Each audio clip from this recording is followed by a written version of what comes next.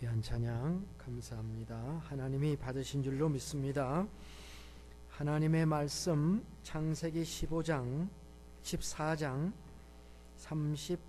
13절부터 24절.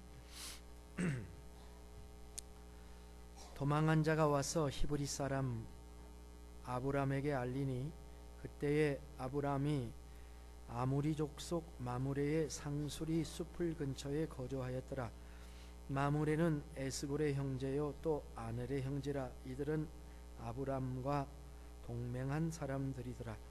아브람이 그의 조카가 사로잡혔음을 듣고 집에서 길리고 훈련된 자 318명을 거느리고 단까지 쫓아가서 그와 그의 가산들이 나뉘어 밤에 그들을 쳐부수고 다메섹 왼편 호비까지 쫓아가 모든 빼앗겼던 재물과 자기의 조카 롯과 그의 재물과 또 부녀와 친척을 다 찾아왔더라. 아브라함이 그돌라오멜과 그와 함께한 왕들을 쳐부수고 돌아올 때에 소돔 왕이 사회 골짜기 곧 왕의 골짜기로 나와 그를 영접하였고 살렘 왕 멜기세덱이 떡과 포도주를 가지고 나왔으니 그는 지극히 높으신 하나님의 제사장이었더라. 그가 아브라함에게 축복하여 이르되 천지의 주제시요 지극히 높으신 하나님이여 아브라함에게 복을 주옵소서. 너희 대적을 내 손에 붙이신 지극히 높으신 하나님을 찬송할지로다 하매 아브라함이 그 얻은 것에서 10분의 1을 멜기세덱에게 주었더라.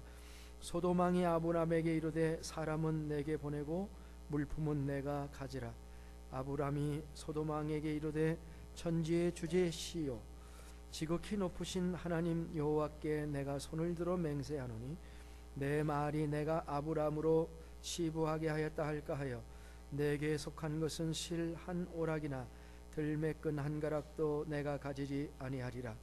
오직 젊은이들이 먹은 것과 나와 동행한 아넬과 에스골과 마므레의 분깃을 제할지니 그들이 그 분깃을 가질 것이니라. 아멘. 아멘.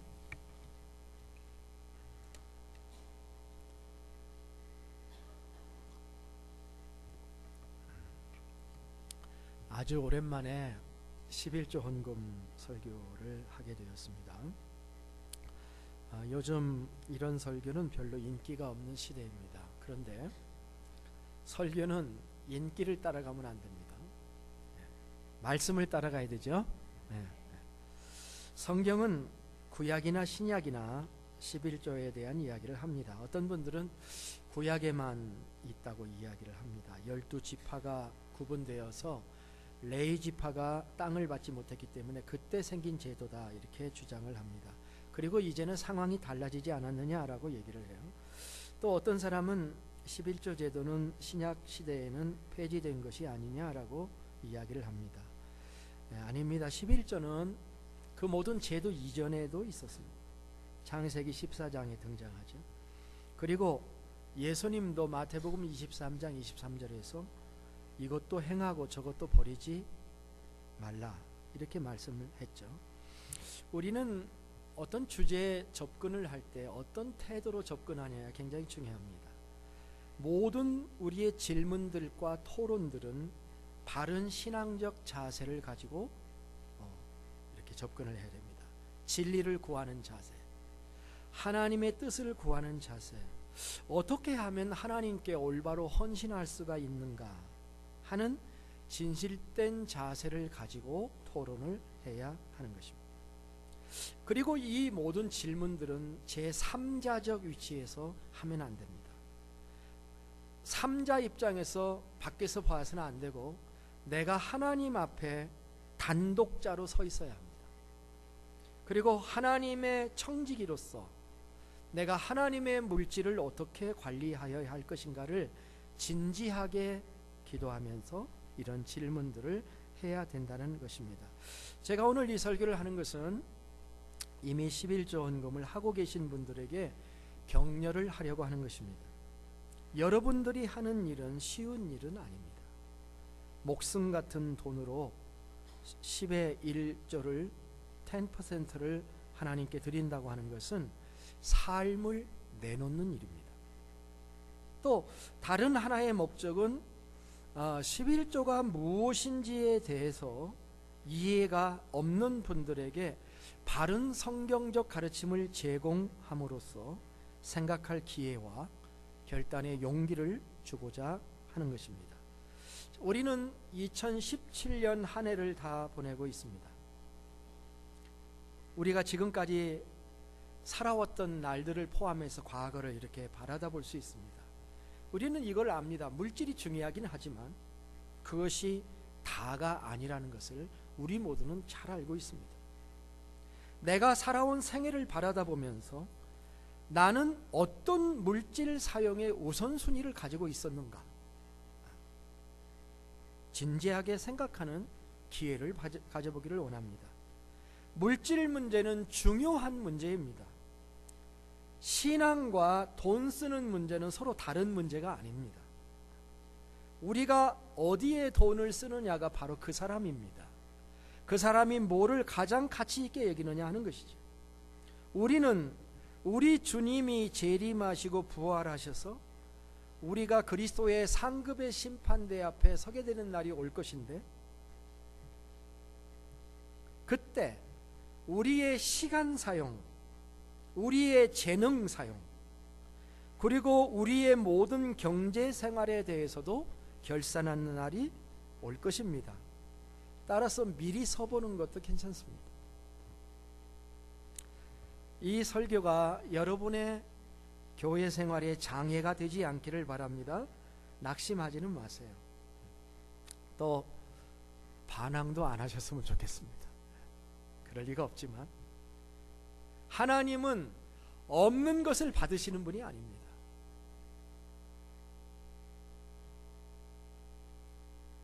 하나님 헌금이라고 하는 것은 하나님에 대한 감사와 사랑에서 출발을 하는 것입니다. 하나님께 10%를 드리는 것이 고통스러운 일이 되어서는 안 됩니다. 그것은 기쁨입니다. 그것은 내게 주신 하나님의 은혜에 대한 반응입니다. 오늘 본문으로 들어가 보면 본문의 내용이 2주 전에 제가 잠깐 언급했어요. 2주 전에 첫 감사절 설교로 감사와 영광을 하나님께 라고 하는 제목으로 로마서 1장 설교를 했었죠. 기억나시죠? 아시죠? 네.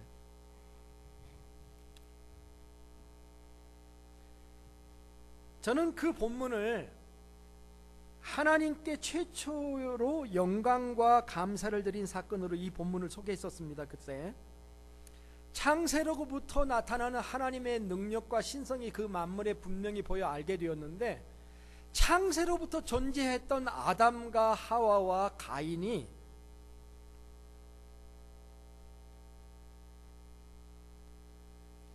그들의 마음속에 감사도 하나님께 대한 영광을 돌리는 것도 없었다, 그 얘기를 했습니다.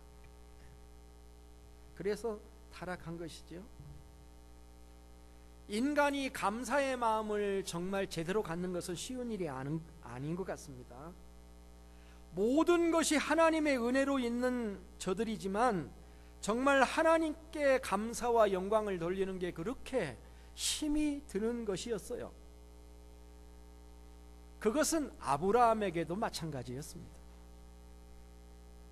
그래서 하나님이 아브라함에게 이것을 가르쳐주는 사건이 발생한 것인데, 이게 창세기 14장입니다. 이 이야기에서 우리는 우리가 드리는 헌금의 깊은 의미를 다시 배울 수 있습니다. 오늘의 말씀은 두 가지입니다. 첫째는 11조는 구원과 승리를 주신 하나님께 드리는 감사와 찬송이었습니다. 창세기 14장은 당시 가나안 지역에 일어난 큰 전쟁에 대해서 이야기를 합니다. 큰 전쟁이 배경이에요. 아브라함은 창세기 12장에서 가나안 땅에 들어와요. 하나님의 인도해 주신 길을 따라 먼 여행을 했습니다. 여기까지 왔습니다. 올 때는 몇 명 되지 않는 가족으로 왔는데요. 그리고 조카 롯도 함께 왔었죠. 하나님이 축복해 주셔서 창세기 13장 2절에는 이렇게 기록되어 있어요. 육축과 은금이 풍족하게 되었더라. 이렇게 기록하고 있습니다. 그는 베델에다가 단을 쌓고 처음으로 여호와의 이름을 불렀더라. 13장 4절. 그리고 곧 롯이 분가를 해 나갔습니다. 롯이 선택한 곳은 소돔 근처의 들과 성읍이었습니다. 그는 그곳에 살면서 소돔 쪽으로 옮겨갔다. 이렇게 기록하고 있습니다. 비록 환경은 좋았지만 문제는 소돔이라는 도시가 문제였습니다.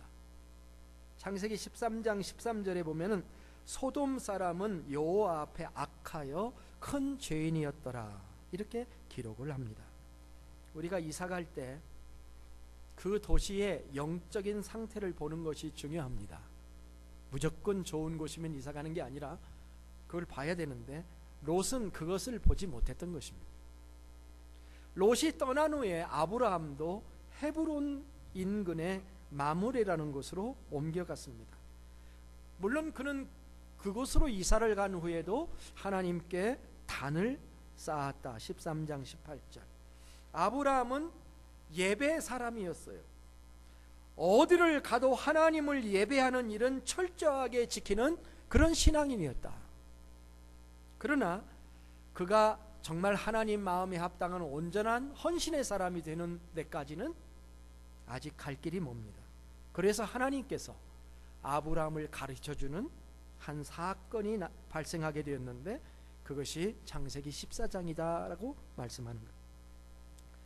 위에서 말했지만 창세기 14장은 전쟁장이에요. 가나안 땅에 일어난 큰 전쟁에 대해서 이야기를 하고 있습니다. 14장 1절로부터 12절 오늘 읽지는 않았지만 이런 얘기입니다. 북쪽에 큰 세력들이 있었습니다. 왕이 있었어요. 이들이 가나안 전 지역을 지배하고 있었는데 남쪽에 작은 부족들의 왕들이 여럿이 있었는데 그들이 조공을 바치면서 살고 있었습니다. 그런데 어느 한 해에 이 남쪽의 왕들이 북쪽의 왕들에게 반역을 한 겁니다. 그럼 어떻게 해요? 북쪽에서 연합군을 형성해서 군대를 형성해서 남쪽의 여러 부족들과 왕들을 공격하고 점령하게 됩니다. 남쪽도 그냥 죽을 수 없으니까 남쪽도 조그마한 부족들의 왕들이 서로 힘을 합해 가지고 남부 연합군을 결성을 했습니다. 그리고 북부 연합군하고 전쟁을 했는데 패전을 했어요. 그리고 붙잡혀갑니다. 그 포로들 중에 누가 있었냐면 아브라함의 조카 롯이 들어있었던 것입니다. 롯은 예상치 못한 전쟁의 소용돌이에 말려드는 거죠.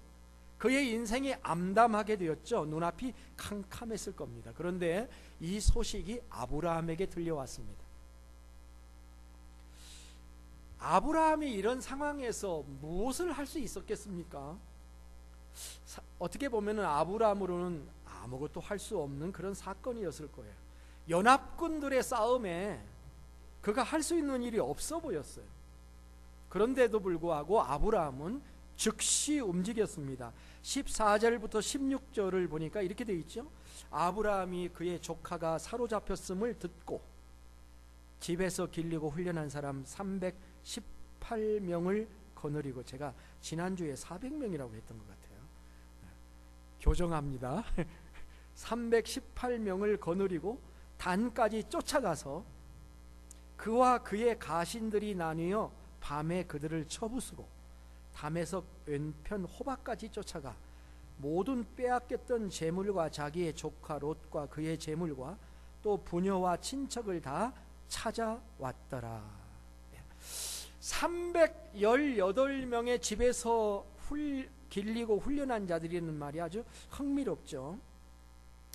몇 가지 의견들이 있습니다만은 아마도 이 인원은 아브라함이 집에서 키운 사람이라기보다는 그가 살던 지역의 사람들일 수도 있습니다.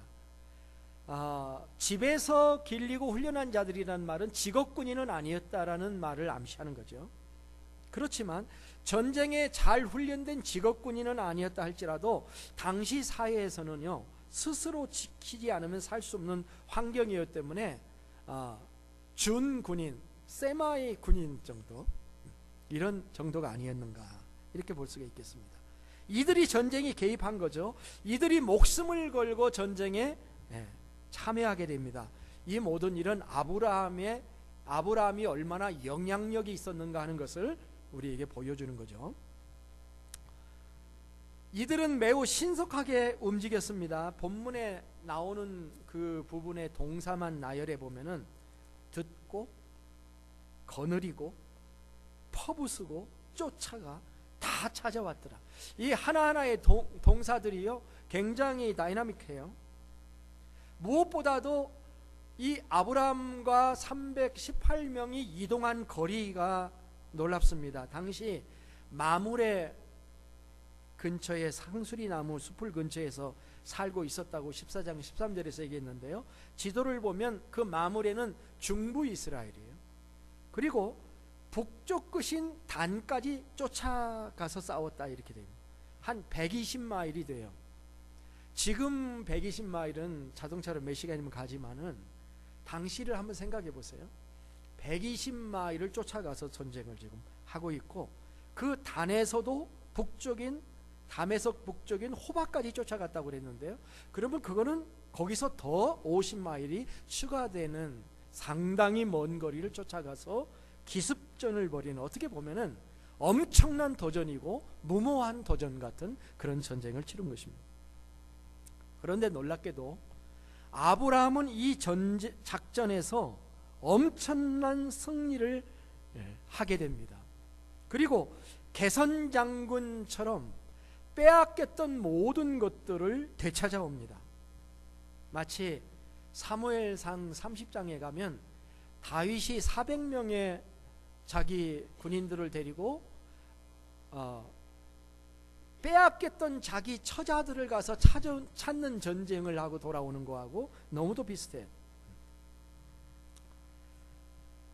그리고 모든 것을 찾아서 본거지로 돌아올 때에 17절은 이렇게 얘기를 합니다. 아브라함이 그돌마오멜과 그와 함께한 왕들을 쳐부수고 돌아올 때에 소돔 왕이 사회 골짜기 곧 왕의 골짜기로 나와 그를 영접하였고라고 하는 것입니다. 마치 개선 장군이 백마를 타고 그 환영식을 하듯이 이제 복귀를 한 것입니다. 자, 그런데 간막에 그 사이에 특별한 사건 하나가 등장을 합니다.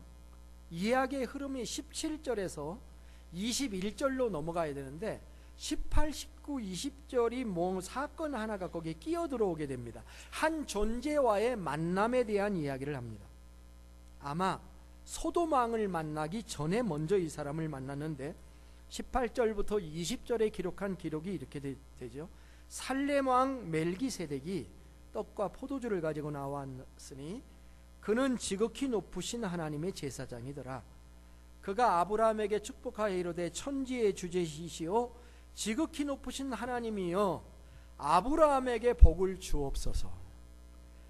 너희 하나님을 향해서 그렇게 얘기하고 아브라함을 향해 딱 서더니 뭐라고 얘기하냐면은 너희 대적을 내 손에 붙이신 지극히 높으신 하나님을 찬송할지로다, 이렇게 얘기를 하니까 그 다음에 함에 아브라함이 무슨 액션을 취했냐면 그 얻은 것에서 10분의 1을 멜기세덱에게 주었더라, 이렇게 나오고 있습니다.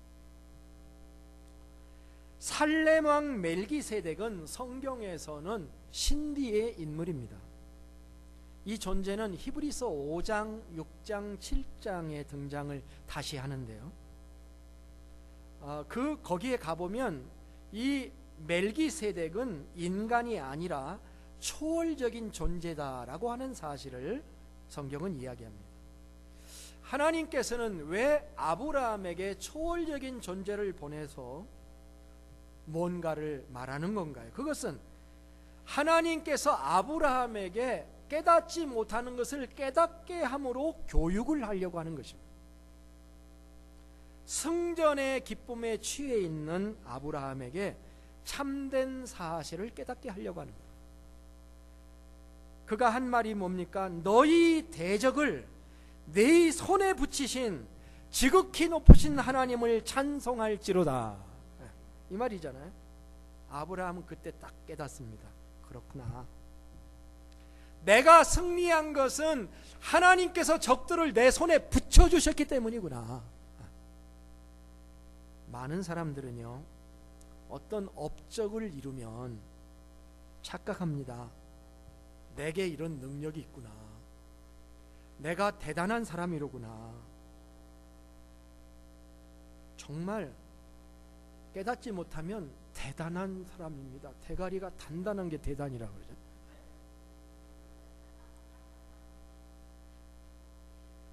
하나님의 은혜를 깨닫지 못하면 내가 대단한 사람인 것으로 착각을. 네가 멜기세덱이 깨닫게 해주는 거예요. 네가 318명 때문에 이긴 줄 아느냐? 네가 어쩌다 우연히 이긴 줄 아느냐? 아니야. 하나님이 하신 거다. 너는 하나님을 찬송해라. 이렇게 얘기를 합니다. 하나님께 영광을 돌려라. 그 말이에요. 여기서 우리는 아브라함이 하나님을 어떻게 찬양을 하고 있는지를 살펴볼 줄 알아야 됩니다. 그는 그 얻은 것에서 10분의 1을 멜기세덱에게 주었더라. 그렇게 기록하고 있습니다. 많은 전리품을 얻었는데 하나님을 찬양하라고 하니까 네, 하나님을 찬양합니다 하고 끝난 게 아니에요. 말만 하는 것은 바른 게 아니었을 겁니다. 아브라함은 알아들었어요. 하나님을 찬양하라는 말이 무슨 말인지 알아들었어요. 그는 멜기세덱의 말을 듣고 곧바로 10의 1조를 멜기세덱에게 드립니다. 여기서 우리는 생각해 봐야 됩니다. 11조란 무엇인가? 죽을 자리에서 살려주시고 승리케 하신 하나님, 조카로 또 찾아오고 자기 생명도 얻게 하시고 많은 전리품을 얻게 하신 하나님의 은혜에 대한 찬양이 바로 그것입니다. 없는 것 중에서 드린 게 아니에요. 하나님이 주신 것, 붙여주신 것 중에서 드린 감사와 찬양이다. 이것을 얻게 해주신 하나님께 마땅히 드릴 예배로서의 10의 1조이다. 이것을 우리가 이 말씀에서 깨달을 수가 있습니다. 그런데 진짜 이야기는 여기서부터 시작돼요. 거기서 끝난 게 아니에요. 멜기세덱에게 10%를 드린 아브라함은 곧 두 번째 사람을 만나죠. 누구를 만납니까? 소돔 왕을 만나게 됩니다. 소돔 왕이 먼저 얘기를 합니다. 아브라함에게 뭐라고 얘기합니까? 사람은 내게 보내고 물품은 네가 가져라. 그 사람은 뭘 얘기하겠습니까? 소돔 왕에게 속했던 사람들이에요. 다 잡혀갔으니까.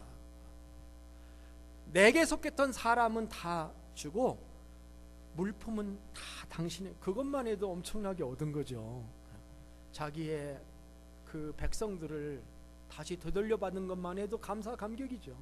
그러니까 사람들은 내게 주고 그들이 가졌던 물건은 다 당신이 가져라 이렇게 얘기를 합니다. 그런데 아브라함이 뜻밖의 대답을 해요.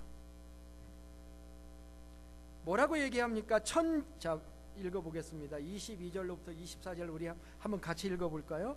천지의 주제시여 지극히 높으신 하나님 여호와께 내가 손을 들어 맹세하노니 내 말이 내가 아브라함으로 치북해 하였다 할까 하여 내게 속한 것은 실 한 오락이나 들매끈 한 가닥도 내가 가지지 아니하리니 오직 젊은이들이 먹은 것과 나와 동행한 아넬과 에스골과 마므레의 분깃을 제할지니 그들이 그 분깃을 가져갈 것이니라. 이거 보통 말이 아닌 것입니다. 여기에 몇 가지 중요한 이야기예요. 첫째는 그가 하나님을 부르는 호칭을 우리가 먼저 살펴볼 수가 있습니다. 그는 하나님을 뭐라고 얘기하고 있습니까? 천지의 주제이시오 지극히 높으신 하나님 여호와 이렇게 부릅니다. 천지는 아시죠? 하늘과 땅. 하늘과 땅의 주제라는 말은 어떤 성경에는 창조자라는 것으로도 번역되어 있고 소유자라고도 번역되어 있습니다. 두 가지가 다예요. 창조하시고 소유하신 이분이 천지의 주제이신 여호와 하나님. 아브라함에게 하나님에 대한 고백이 달라졌어요. 어디서 이런 생각이 나온 걸까요? 바로 멜기세덱과의 만남이었어요. 멜기세덱이 아브라함에게 바로 한 말이 바로 정확히 그 말이에요. 천지의 주제이신 하나님, 지극히 높으신 하나님. 멜기세덱이 아브라함에게 가르쳐줬는데 지금 금방 아브라함이 그 고백을 이어서 받는 거예요. 놀랍죠? 우리의 신앙 성장은요, 한순간에 팍 이렇게 바꿔지게 돼요. 어떤 체험을 통해서 깨닫게 되면은 바로 동일한 고백을 할 수 있는 거죠. 그 다음에 우리가 이 말씀에서 생각할 수 있는 것은 이 물질관이 확 달라졌어요. 물질관이. 물질 전리품에 대한 말과 그거에 대한 자세를 지금 보여주고 있는데요. 그는 이렇게 생각할 수 있잖아요. 자기가 막 전리품을 가지고 올 때는 개선장군처럼 올 때는 이게 다 내 것처럼 왔는데 오다가 멜기세덱을 만나서 10%를 잊어버렸어요. 그렇죠? 10%를 잊었어요. 그러니까 나머지 90%는 다 자기 것인 것처럼 생각할 수 있었을 텐데 그게 정상이죠. 그런데 전혀 아니에요. 아브라함은요, 아브람이죠. 아직은 이름이 안 바뀌었어요. 아브람은 이제 창세기 나중에 19장에 가서 이름이 바뀌죠. 아브람은 하나의 작은 부족의 족장이에요. 소돔 왕은 그래도 한 성을 다스리는 왕입니다. 그러니까 비록 전쟁에 패배했다 할지라도 여전히 왕이에요. 근데 아브람이 전혀 꿀리지 않습니다. 그리고 아주 당당해요. 그는 소돔 왕 앞에서 자기의 권리를 포기합니다. 사람만 보내면 좋겠다고 얘기하는데 사람뿐만 아니라 재산을 다 돌려보내버려요. 그러면서 말합니다. 네게 속한 것은 실 한 오락이라도 들매끈 한 가닥이라도 내가 가지지 아니하리라. 이렇게 얘기를 합니다. 이것은 자기 권리의 포기죠. 그거 가져도 괜찮아요. 그런데 그것을 포기함과 동시에 더 큰 하나님의 주권을 바라보고 있는 거예요. 물질 면에서 이런 초연함, 물질을 초연함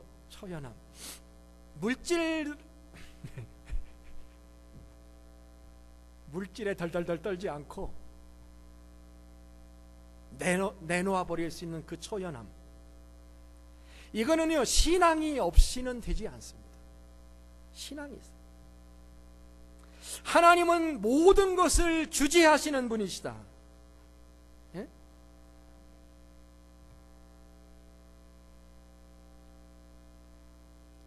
그걸 믿어야 가능해요. 하나님은 나를 승리하게 하신 분이시며 천지의 소유자이시다라고 바로 그 하나님을 믿을 수 있었기 때문에 자기 자신의 물건을 내놓을 수가 있었던 것입니다. 아브라함은 왜 소돔 왕에게 내게 속한 것은 실 한 오락이나 들매끈 한 가닥도 내가 가지지 아니하리라고 한 것인가요? 바로 그 앞에 말입니다. 그 앞에 말이 뭐냐면 내 말이 내가 아브라함으로 치부하게 하였다 할까 하여라는 말이에요. 만일 그 많은 재물을 아브라함이 다 가졌다고 한다면 나중에 소돔 사람들이 저 아브라함이 부자가 된 것은 우리 것 가져갔기 때문에 부자가 되었다라고 말할 것이기 때문에 그렇게 할 수 없다는 거예요. 아브라함은 멀리 봤어요. 상당히 멀리 봤어요. 그것은 하나님의 영광을 가리는 일이에요. 하나님이 자기에게 베푸신 은혜가 오해되고 있는 결과를 가져올 겁니다. 그거는. 그래서 아브라함은 자기가 얻은 것의 전부를 그대로 내어놓게 되는 거죠. 이 점입니다. 사람을 의지하지 않고 재물을 의지하지 않고 하나님을 의지하는 신앙인의 모습으로 아브라함은 어느덧 변해 있었습니다. 전쟁을 한번 하고 나서 깨달은 거예요. 전쟁 나가서 생명이 파리 목숨이라는 것을 깨달았는데 그게 하나님의 은혜였다는 것을 깨달은 다음에 더 이상 그는 물질에 매이지 않게 된 거죠. 이 세상에 있는 모든 것들, 내가 가진 모든 것들은 하나님이 우리에게 주신 것이고 하나님이 나의 손에 붙여주신 것입니다. 믿습니까?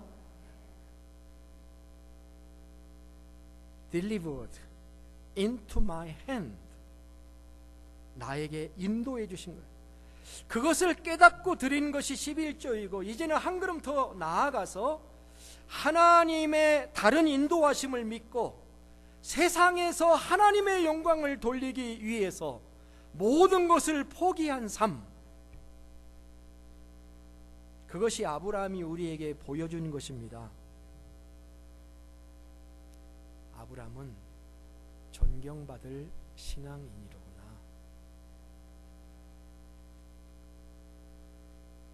하는 것을 말해줍니다.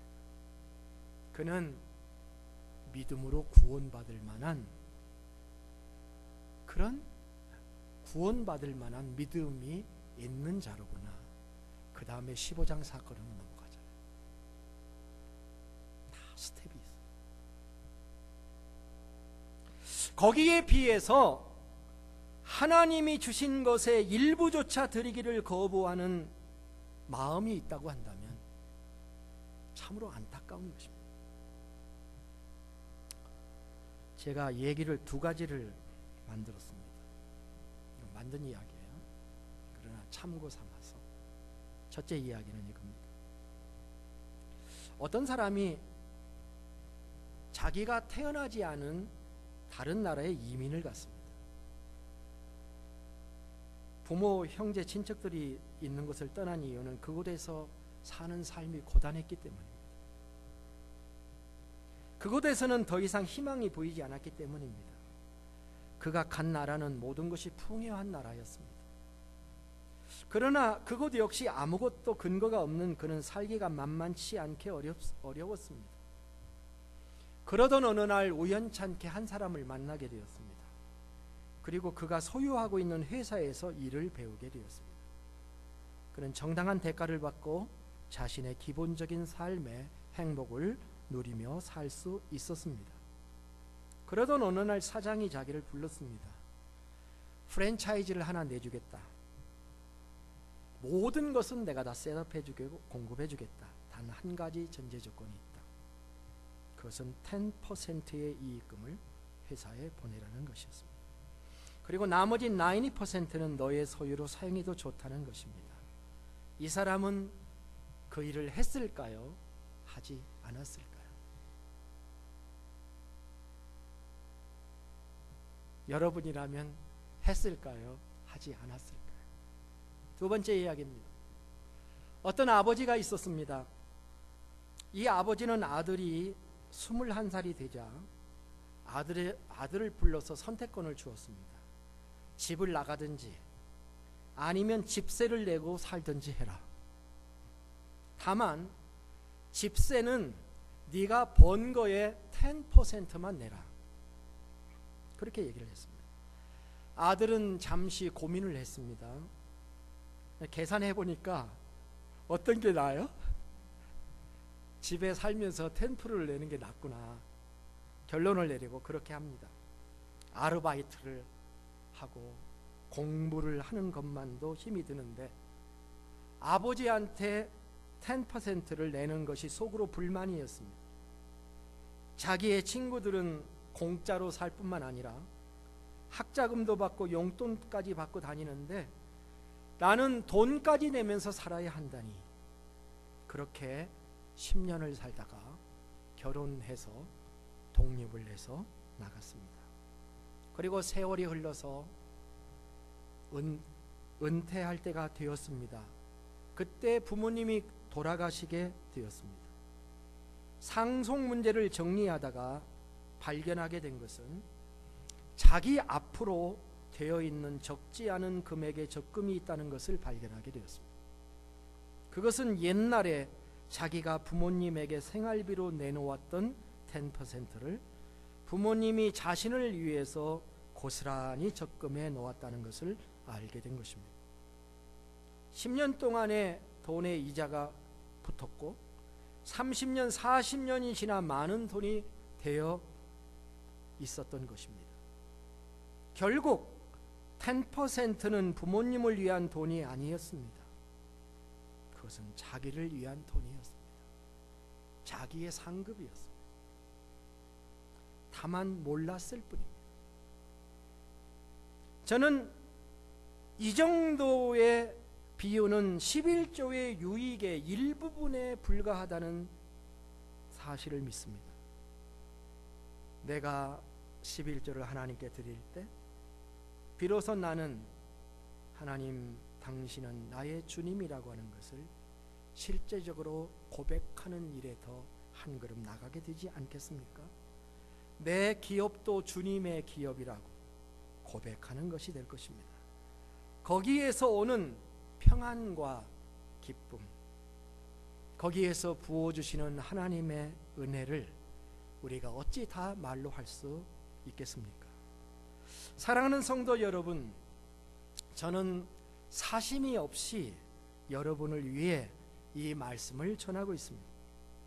여러분의 믿음을 위해서 하나님 아버지를 참으로 온 마음과 삶과 몸으로 섬기는 것에 대해서 이야기를 하고 있는 것입니다. 세상을 향해 나는 너희의 도움으로 사는 것이 아니라는 것을 증명해 보이십시오. 우리는 하나님께 드려야 될 것을 내가 씀으로 생존하는 존재가 아닙니다. 하나님은 위대하신 하나님이시며 하나님은 모든 것을 소유하신 하나님이십니다.